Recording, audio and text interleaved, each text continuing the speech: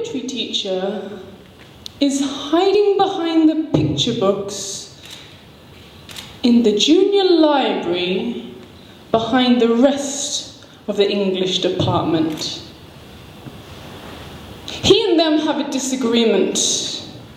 You see, they like novels. That means prose.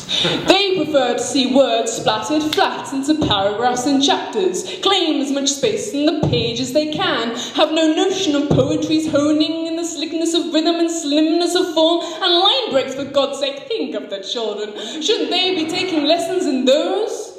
The students for now are stacked away in classrooms, giving our teachers free range.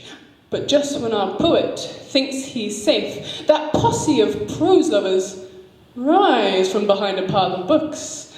They've been waiting for him the whole time, and in his surprise, he knocks over a whole row of Elmer's adventures. The elephant in the room explodes into multicolour. And the others take this as the ultimate insult, and with a big pull let a whole wall of Tolkien almost fall on him. He jumps over into the poetry section, putting a wooden partition between he and them to preserve his shelf life, as a series of unfortunate events try to bowl him over, thrown by those prose lovers as vicious as cricket, just with softback snickets. But when life gives you lemonies, you throw poetry right back. He searches the stacks full of his favourite ammunition. It's time to teach them with some harder-hitting composition. So both poet and prosers wage bench warfare, and soon they've made a horrible history of the non-fiction section. But those prose readers know how to scan facts quickly. They tear apart Terry Deary for some vital information on how to make a Roman formation, and then they tortoise shell across the room. A textbook manoeuvre. And soon, Benjamin Zephaniah is getting deflected by the famous five. Northern Lights, general top 10 bestsellers. All seems lost until Lucia the Temp enters. She is a stanza fan, has come to join our poet's side. She sets up so that he can spike Milligan onto the opposition. The ranks break and the poets high five. Then ding ding goes the bell. Here comes round two, and out of the blue, shiny shurikens flash across the room at high speed. The performance poets have joined the fight. And they found the audiobook CDs. But now, our original poets aren't actually sure whether they share common cause with these suckers for applause. The way they try to instantly gratify on stage, maybe these performers give poetry a bad name. Spoken word, it turns out, is the enemy.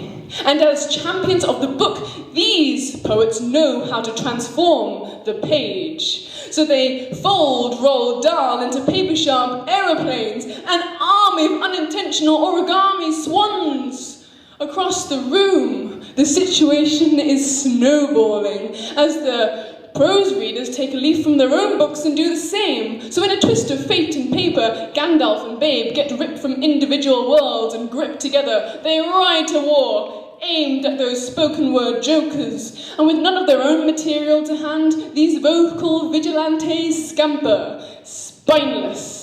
They wail, "But poetry is an oral tradition."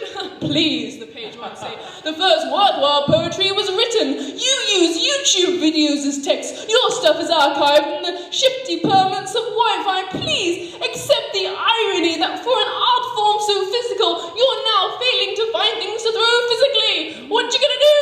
Click your fingers at me? Our poor performers. They're fast getting hard backed against a wall when the librarian enters. Shh. Her face turns to debris at the scene.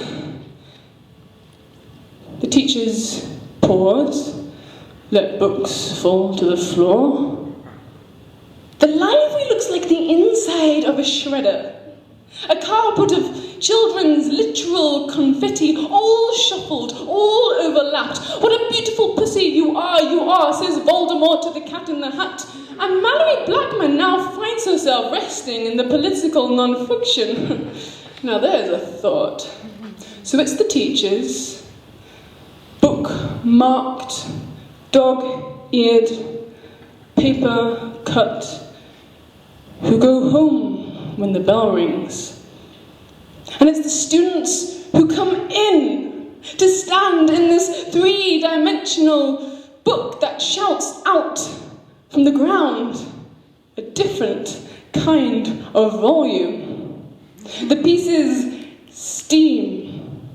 They get on hands and knees in this space now devoid of categories. They read for themselves. It seems the teachers have done their job. By turning over a few old leaves, they form new stories, piece by piece.